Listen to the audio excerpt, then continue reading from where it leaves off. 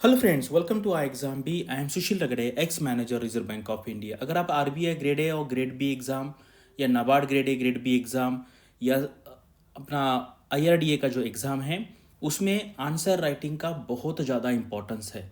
ऐसे बहुत सारे कैंडिडेट्स होते हैं जो आरबीआई की तैयारी थोड़ा सा गलत डायरेक्शन में करते हैं और उनको ये आंसर राइटिंग का बहुत डर लगता है। मैं जनरली ये सजेस्ट करता हूँ कि आप पहले फेज़ वन की तैयारी कीजिए और जब आपको कॉन्फिडेंस आ जाए कि आपका फेज़ वन निकल सकता है तब आप फेज़ टू को जाइए। तो अभी हमारे पास काफ़ी टाइम है, पिछले साल का रिजल्ट अभी भी नहीं आया है। तो अभी ये हम एक नया बैच स्टार्ट करने वाले हैं। तो एक बार क्या हो जाएगा, अगर आप आंसर राइटिंग यहाँ पे करना सीखेंगे, देखो आपको, अगर आपने कभी इस टाइप का आंसर राइटिंग नहीं किया तो आपको भी हम सिखा देंगे। इसको कहते हैं हैंड होल्डिंग।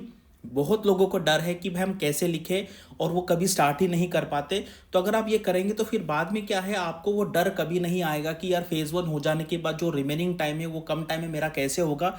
यही थॉट में बहुत सारे बच्चे फिर कुछ डिसीजन ही नहीं ले पाते, ना वो फेज़ वन की तैयारी करते ना फेज़ टू की तैयारी करते, और इस तरीके से 1 2 3 4 5 6 अटेम्प्ट यहाँ पे चले जाते। तो यहाँ पे ऐसे कैंडिडेट्स के लिए है कि जिनका फेज़ वन ठीक ठाक है, एटलीस्ट वो मैनेज कर सकते हैं, उनके लिए हम लेके आए हैं।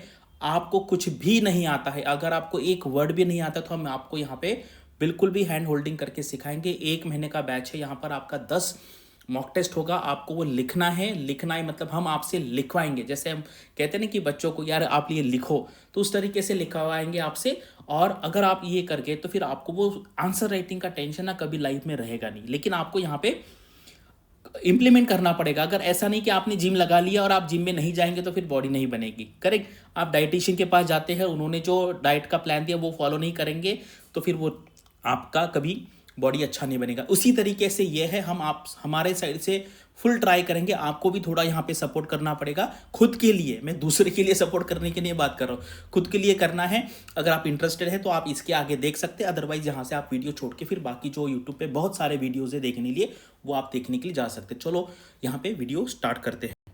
तो यहाँ पे देखो, ये हमारे जेन्यून रिजल्ट्स है लास्ट ईयर के। अभी इस साल आपको पता है कि इतनी वैकेंसी ही नहीं थी। लास्ट टाइम हमारे जितने 70 सिलेक्शन थे, इस बार टोटल वैकेंसी ही 66 है। तो मेरा अंदाज़ा ऐसा है कि अगर उसका 1/3 पकड़ेंगे तो 20 से 25 के आसपास जेन्यून रिजल्ट हमारे आ सकते हैं। अभी रिजल्ट आया नहीं है, जैसे आएगा वैसे हम बता देंगे एवरी ईयर। अभी लास्ट ईयर मैंने देखा कुछ लोगों ने 150 भी बताया था कि भी हमारे 150 है। हमें ज़्यादा इस सिलेक्शन की यहाँ पे ज़रूरत नहीं है। लोगों को पता है कि किस टाइप की फैकल्टी यहाँ पे पढ़ाती है, कौन पढ़ाते हैं, तो जितने जेन्यून है उतने ही हम यहाँ पे दिखाते हैं।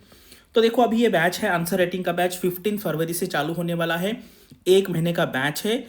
10 लाइव क्लासेस रहेंगी, यानी कि मॉक टेस्ट आपको पहले दिया जाएगा, आपको आंसर भी दिया जाएगा। तो मुझे बिल्कुल भी नहीं सुनना है कि सर मेरी कुछ तैयारी नहीं है, मुझे कुछ नहीं पता, मैं नया हूँ, मैं नॉन इकोनॉमिक बैकग्राउंड से हूँ, मैं नॉन फाइनेंस से हूँ।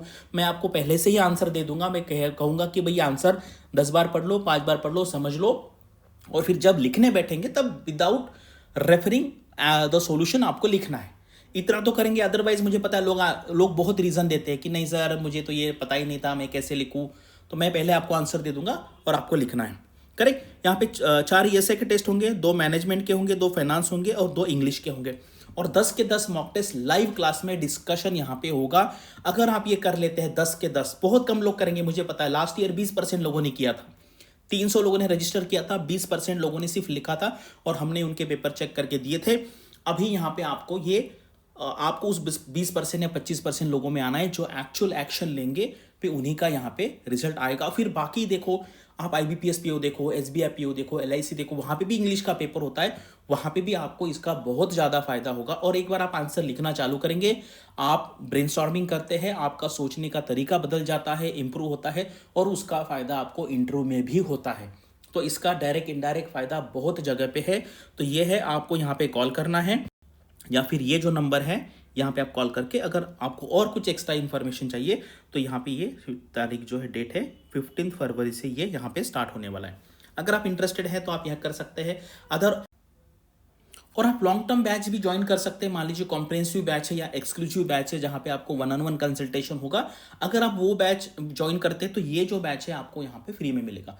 अगर आप सीरियसली यहाँ पे इंटरेस्टेड हैं तो यहाँ पे कॉल करके मोर इन्फॉर्मेशन ले सकते हैं। इसका फ़ायदा आपको आरबीआई में, नाबार्ड में, सेबी में, आईएफएससी में, आईआरडीए में और आने वाले जितने एग्जाम है, अभी एनपीएस है, वो यहाँ जितना आपके लेक्चर्स होंगे उतने आपको इसका डेफिनेटली यहाँ पे फ़ायदा होगा, और इंटरव्यू में भी डेफिनेटली इसका फ़ायदा होगा, क्योंकि आपका जो सोचने का तरीका है वो काफ़ी यहाँ पे इम्प्रूव होता है। Thanks for watching this video and all the best for your studies and upcoming examinations.